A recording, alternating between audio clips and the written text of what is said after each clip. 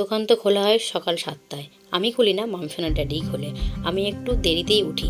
তার আগে উঠে দোকানের জন্য রুটি নিই, বাবুকে ডেকে দিই পড়তে যাওয়ার জন্য। কিন্তু আমার যেহেতু অ্যালার্জির প্রবলেম, তাই জন্য আমি একটু দেরি করেই উঠি। তারপর উঠে বাসি কাজ সেরে মামসোনার বাবুর দুজনের স্কুলের টিফিন রেডি করে দেওয়ার জন্য ফোনের ক্যামেরা অন করতে পারি না। আর যখন ফোনটা হাত দিই তখন হয়তো ঘড়িতে 10:30, 11টা বাজে। খদ্দের থাকলে তো ফোন হাতেই পড়ে না, খদ্দের ছেড়ে তারপর হাত দিই। মামসোনাকে স্কুলে ছাড়তে গিয়েছিল, তো স্কুলের পাশেই বাজার বসে, তো সেখান থেকে মামসোনার ড্যাডি দেখো কী নিয়ে এসেছে, সজনে ফুল নিয়ে এসেছে। এটাতে এখন বাজারে অমিল বললেই চলে, সেরকম দেখতেই পাওয়া যায় না। মামসোনার ড্যাডি অনেক দিন আগে থাকতে বলে রেখেছিল, তো আজকে পেয়েছে বলেই আজকেই নিয়ে চলে এসেছে। আমি এটাকে ধুয়ে একদম জল ঝরিয়ে নিচ্ছি।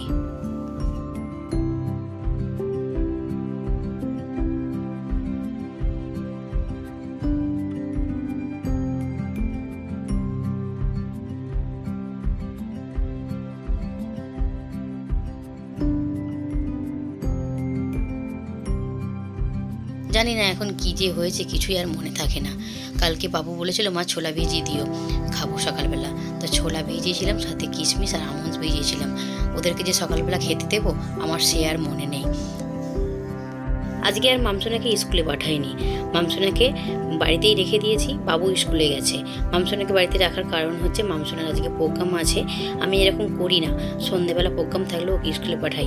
যেহেতু দুপুরবেলা একটু বাইরে যেতে হবে, তাই জন্যই মামসোনাকে বাড়িতে রেখে দিয়েছি। আমরা সকলেই রেডি হয়ে গেছি।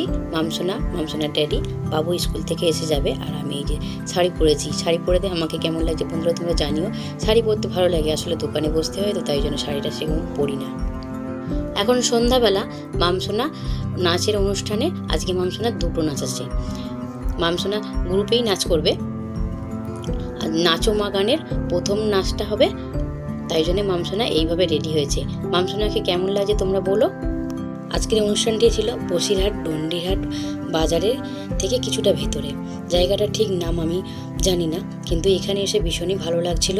আর কি বলবো, সেরকমভাবে তো বাইরে তো আমাদের বেরোনোই হয় না। আর এই হরিনাম সবাই এসে ভীষণই নিজেকে খুবই ভালো লাগছিল, আর মনে হচ্ছিল আমার মামসোনা যে এরকম একটা জায়গায় এসে অংশগ্রহণ করতে পেরেছে, এটাই অনেক।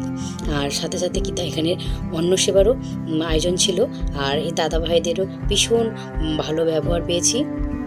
আর এটা ছিল মামসোনার সেকেন্ড নাচের লুক। মামসোনাকে দেখতে কেমন লাগছে বলো।